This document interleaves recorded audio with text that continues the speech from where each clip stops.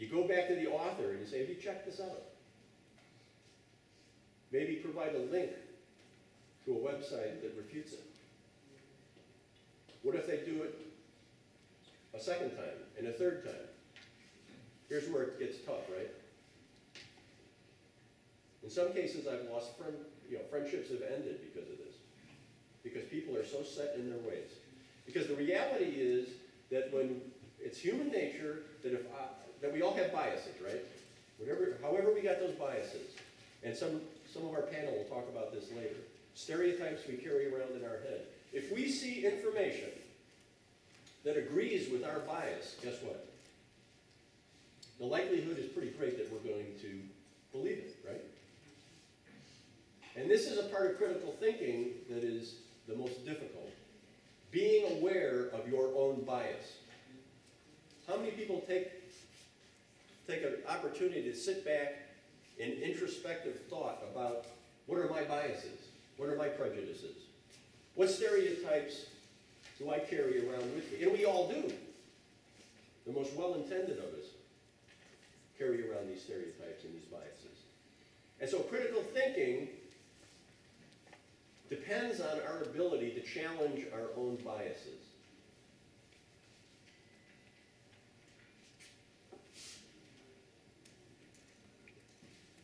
I hope that if this presentation has done anything, that it has caused you to stop and think the next time you receive a hate-filled email, the next time you say some sensational, crazy thing on the internet, is made you pause for one moment and say, is this true? Or am I being manipulated? Thank you for your time.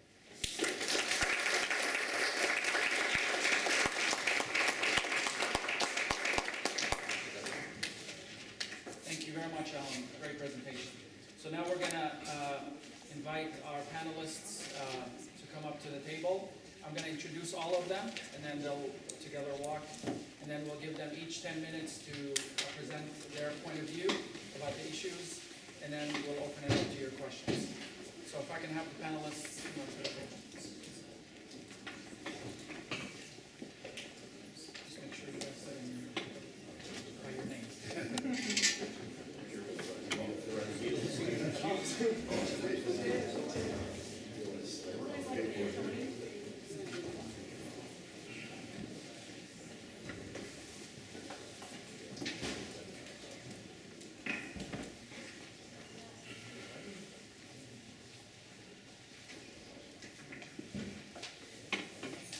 Introduce all the speakers together, and then we'll give each one of them 10 minutes. So first we have Mr. Nathaniel Friends, who is a former civil rights attorney with the Department of Justice. We also have Reverend Ryan Fullwider, who is involved in the Interfaith Council of Central Florida and also president of an organization called Building Us. We also have Gerald Jones, our own Gerald Jones from Seminole State College, who is Director of Student Life. We have Dr. Cynthia Schmidt from the University of Central Florida, who is the Director of the Center for Law and Policy. We also have Imam Mohammed Musri, who is the President of the Islamic Society of Central Florida. And last but not least, Captain Tony Raimondo, Captain of the Patrol Operations from Sanford Police Department. So help me welcome all the speakers to our panel.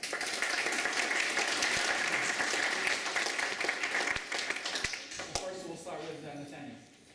Good morning. Good morning. First of all, thank you for inviting me. It's a pleasure being here. I come from this perspective of being a lawyer. I was a civil rights lawyer for the U.S. Department of Justice in Washington. And in fact, I enforced the Voting Rights Act for 5 years throughout the South. And one of the things that I want to talk about this morning is just aside from just the origin of bias, the origin of prejudice, because we know it's there. We know there's hate speech out there. We know there are people out trying to influence you. In fact, that was my career as a lawyer, an adversarial system. It's for me to persuade one Something I did not mention is that I also served for 5 years in Washington as a lobbyist. What does a lobbyist do? Special interest, influence. Very good that comes out of a lobbyist? Okay. As a lobbyist, all you're doing is trying to convince someone that what you're seeking is in their best interest. It's influence. But it's on the flip side of what we say with the politician trying to get your vote. You're trying to get their vote for whatever you're peddling. But the good thing about that is other people are doing the same thing. So you get a variety of views. Most congressmen won't just be lobbied by one person or one industry. They're lobbied by a number of them. So we get all kinds of views. How's that important? Well, I harken back to a quote from Mark Twain in the 1800s, where he said that travel is fatal to narrow-mindedness, to bigotry, to prejudice. What does he mean by that?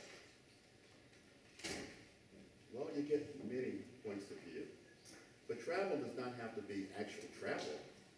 It's taking yourself out of your comfort zone, seeing something different,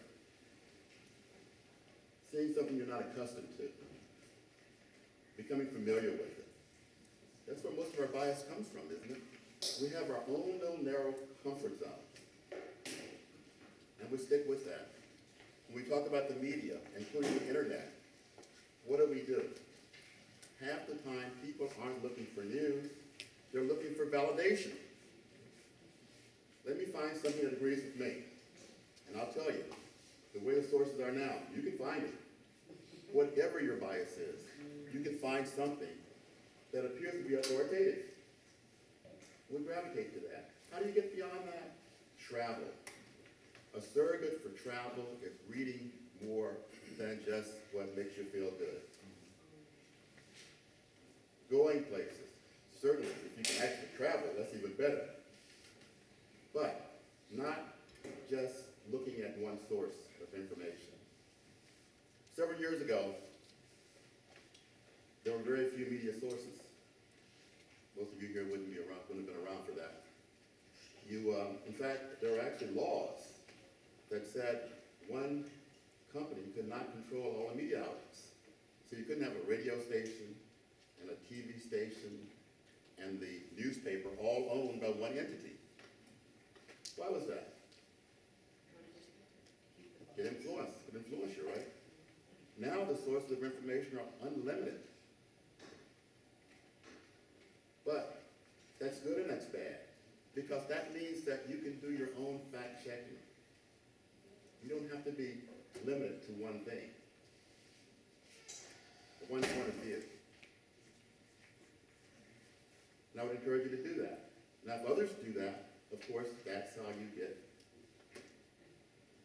or eradicate the prejudice, the bias, the narrow-mindedness.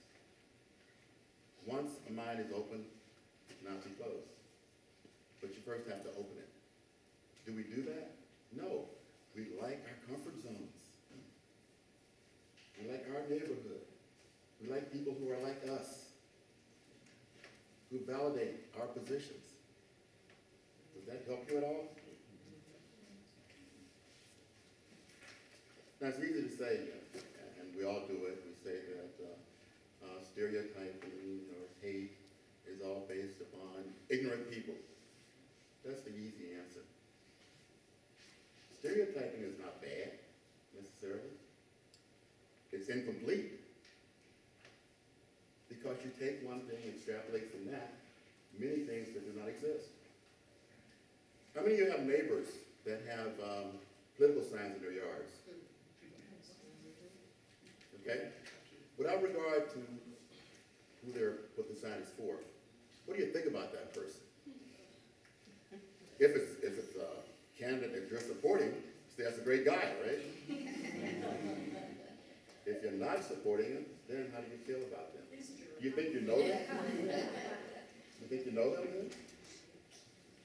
That's particularly true of what we're dealing with now, because people extrapolate a lot more than what may be there. You think a person is a racist bigot because you're for this person, when in fact, the person may be a one-issue person, right?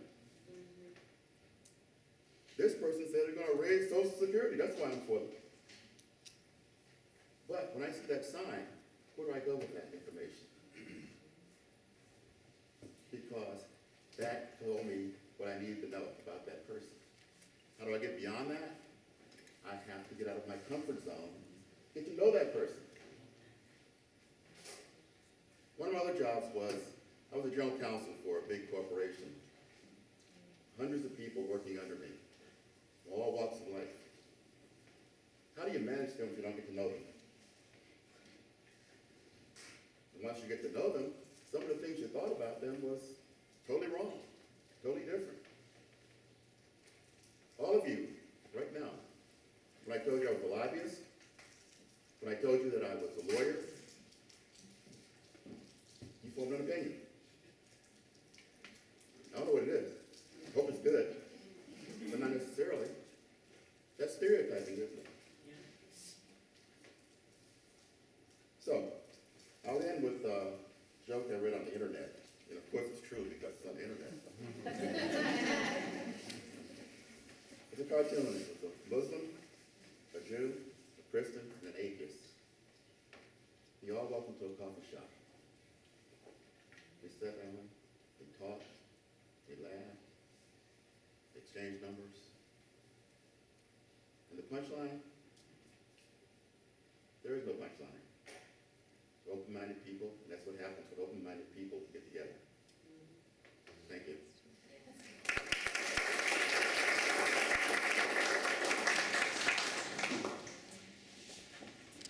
We'll go next with Imam Masri. Well, I hope you can hear me in the back. My voice is soft. So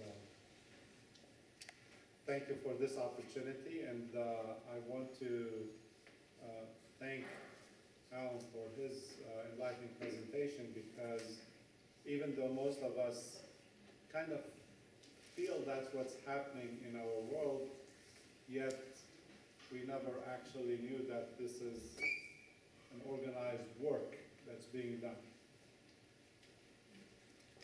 When there was a lot of money at stake, many industries depend on it.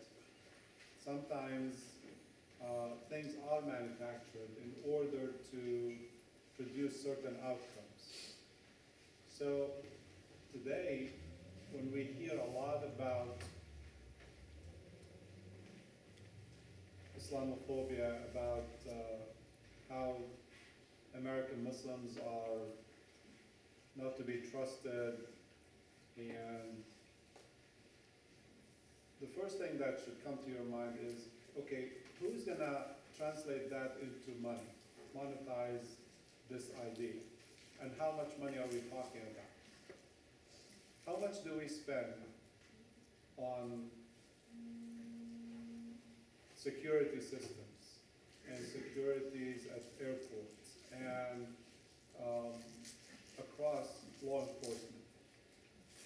Tens of billions of dollars. Right? I'm all for security, but it seems that somebody is making a lot of money. So if somebody is making billions of dollars, do you think they would spend a few millions to lobby Congress and to add more fear, so we need more of their equipment and scanners and, you know, yes.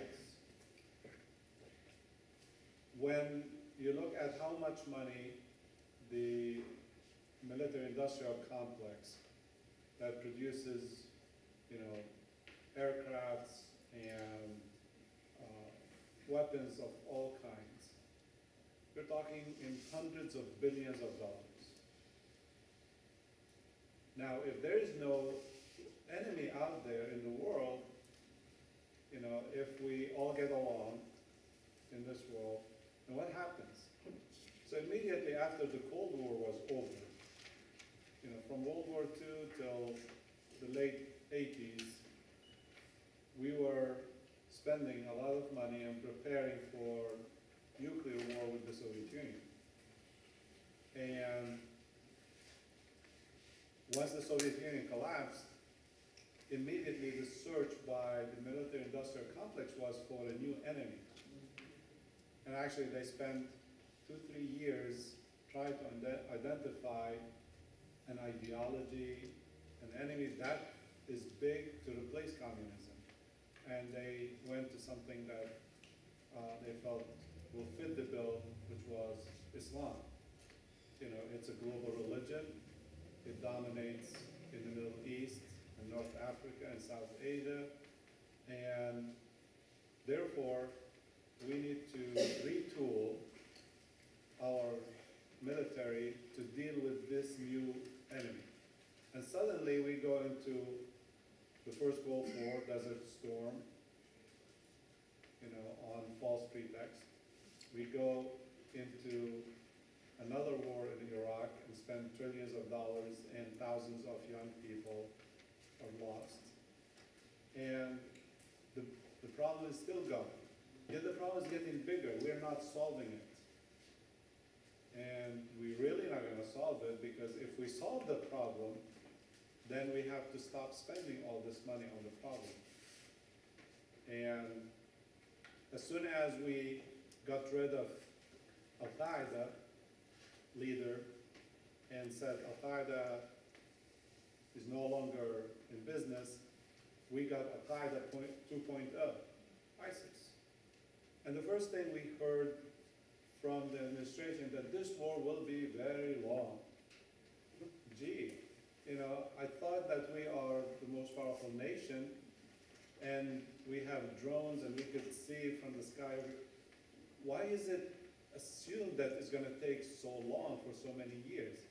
And if we were able to destroy Saddam Hussein's army in 40 days, why it's taking us over 2 years and we are constantly bombing ISIS, and it seems that they're still there, as is. All these questions have to be raised by us as American taxpayers funding this endless war, sending our young people to fight for wars that, we seem to have gone from one to the other. Yes, you want to be patriotic and say, we want to defend our country. But it seems that, Japan doesn't have that problem. Germany doesn't have that problem. Even China doesn't have that problem. India doesn't have that problem. We seem to spend more money on defense than all of those countries combined at the expense, and when we say we need to fix the water in Dearborn, Michigan, I say, oh, there is no funding. We need to fix the infrastructure. We are in debt to our neck, and yet somebody out there is making a killing, literally, producing all these weapons. And that is the same pitch we hear. Every mass shooting we have, the NRA comes out and says, more good people should have guns in their hands. How many times there were attempts to legislate in this state to have guns on campuses, students and faculty carrying. But where are we going? Why are we so scared of each other? Because somebody is going to make money out of that. Because it's not cheap to buy a gun. I don't own a gun. Never did. I never will. Because I have no problem with anybody. And I think it's expensive. I could spend that money on a family and lift them up. But all of that has to be sold through stereotyping and creating hate. This has been throughout our history. We pick on a minority group, be it the Irish, be it the Jews, be it, this group or that group. We always have a group, believe me, for politicians to scare us, and for companies who manufacture this stuff to be able to sell it to us and to others across the world. And we need to wisen up that we are, all sisters and brothers, and we can resolve our differences. I'm not denying there are differences, but we don't need to sell hate, to justify violence, to justify going to war, and to live in fear. I was, to use an example that Mr. Allen mentioned, I was one time at the State Department. And in a gathering probably bigger than this, all the people sitting are, very high intellectuals. Ambassadors, business leaders, you name it. And this speaker, who is British, he's not American, but very strong, bombastic speaker, came on and he blasted. I did not see his name on the program. I realized that one of the speakers bailed out, so they put him in place. And he came on very hard. The first thing he said, our president, your president, doesn't understand. Your generals in the Pentagon don't understand. You this, that, don't understand. Understand what? He said, America should be at war with Islam. And because it says in the Quran, the book of the Muslims, it says right there that a Muslim should kill all Christians and Jews. It says, our politicians are PC. They don't understand the stakes here. And I couldn't, just hear it. I stood up, I said, could you give me the reference for where in the Quran it says that? Now, I am an imam, so an imam memorizes the whole Quran. So I have the Quran in my head, in my memory, all of it. And he said, well, it's there. I said, okay. Give me the chapter and verse and read it out to all these good people here. He said, sir, it's there. I know it's there. I said, look, I'm an imam. I memorize the Quran. I want you to give me chapter and verse, okay? Or you take your statement back. And that's where he fell apart. I said, the Quran is online. The Quran is in books. You could find it. It's not a secret document. And it's not there. But he is trying to influence the influencers, the leaders, the thinkers, the decision makers. This is happening at the highest level of government, right in Washington, D.C. I said, who got the gentleman the opportunity to speak to us, to tell us this nonsense and mislead us and insult our president and our generals and everybody that he knows and none of us Americans know? But this is happening all the time. This happens a lot with self-made or appointed experts on Islam in the media. You see it on CNN, Fox News, MSNBC. They're experts on Islam and terrorism and talking. They know nothing. They make a lot of money speaking about the subject they know very little about. But they know that the listeners, the viewers, know even less than they do. So they can make things up. I know that police departments across the country, they get trainers. They pay them money to come and train them on how to deal with, effective ways of dealing with terrorists and this. Many of this cottage industry came from people who, again, they are not trained themselves. So the Justice Department had to do, a lot of work because they are misleading those who are there to protect us. By if you mislead people in law enforcement and put in their minds something that is not true, but that bias, that stereotype, then that's going to be translated into unnecessary confrontations. For our community, over the past several years, we have been under a lot of pressure. Mosques have been burned, vandalized, individuals been attacked on the streets. And often when this happened, it's not a big story for the media to cover it, okay? I could, if the power was on, I'd show you dozens of these examples. But if someone had an Arabic name or a Muslim name, committed an act of terrorism, like the shooter that attacked the Pulse nightclub, that's the person who, you know, they stereotyped all the Muslim population, him. I said, how come you did not, this man we did not know him, he wasn't practicing Muslim, he never came to any of our mosques, okay? Yet you labeled him as Muslim. While the person who is the head of the SWAT team at the Orlando Police Department is a Muslim, served in the community for over 20 years, a member of my mosque, was there at 2 o'clock in the morning to take him out. You did not mention that. You did not mention the many doctors who received the victims and were treating them who are Muslims.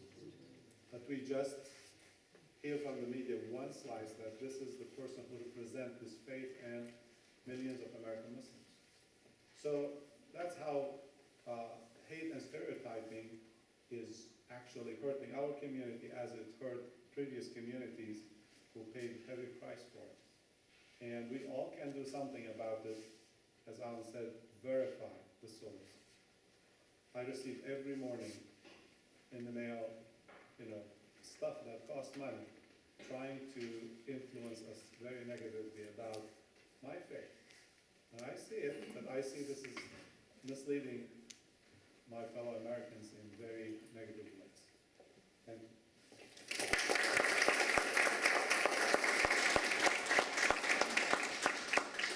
Before we go to our next speaker, just as a reminder, if you have any questions, there's index cards in front of you, and you can just raise your hand, and some of the volunteers will come pick them up so we can read them off at the end of the presentation. So our next speaker is Captain Tony. Good, thank you. All right, got a fan club. I've heard so many good things so far that my presentation now has been modified several times. And it's interesting, when Alan walked to the podium and he held up his device, it occurred to me that device was thousands of times more powerful than the device that landed astronauts on the moon. And I began to think about that a little bit more, and I can remember being astonished when I got a kilobyte on my computer. Now, I know you guys can't remember that. Then we got megabytes, and we're like, wow, and then we put these gigabytes, and now at my job, I process things in terms of terabytes, which is a very large amount of information. Does anybody know what comes after terabyte? Any IT guys in here, gals? Petabyte, very good. Well, what comes after a petabyte, sir? Anybody got it? An exabyte, right? Huge amount of information. How huge? To give you an idea, through the beginning of human history, from the beginning of human history, I mean the cave scratchings on the walls, to about the invention of the iPhone, which Alan held up for us, we've been able, as a human race, to catalog about 1 exabyte of information, right? Does anybody know how long it takes us to catalog an exabyte of information today? About every 12 hours, sir. We do every 12 hours what it took the entire course of human history to do over our first several thousand years of existence. And the reason I mention that story to you is because we're moving so fast at an exponential pace that often we forget where we've come from. There is a lot of information out there that suggests that this root of bias and stereotyping is actually biologically programmed. right? Certainly we recognize that. We heard my colleagues say that all of us have it. We're aware of that, right?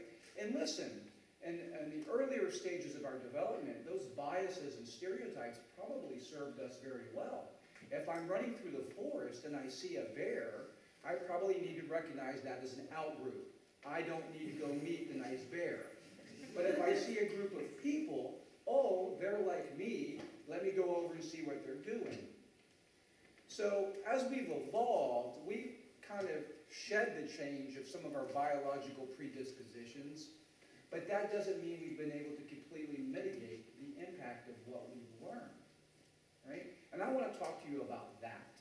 This idea of implicit bias. If you've been watching the presidential election, if you've been watching the news, you may have been exposed to this concept of implicit bias, and I thought I'd share some information with you about it. Maybe the easiest way to start is to tell you what it's not. It's not explicit bias. I'm not talking about open animus towards groups of people. I'm not talking about the man or woman who says, I don't like population X because of this. Those folks are easy to deal with, right?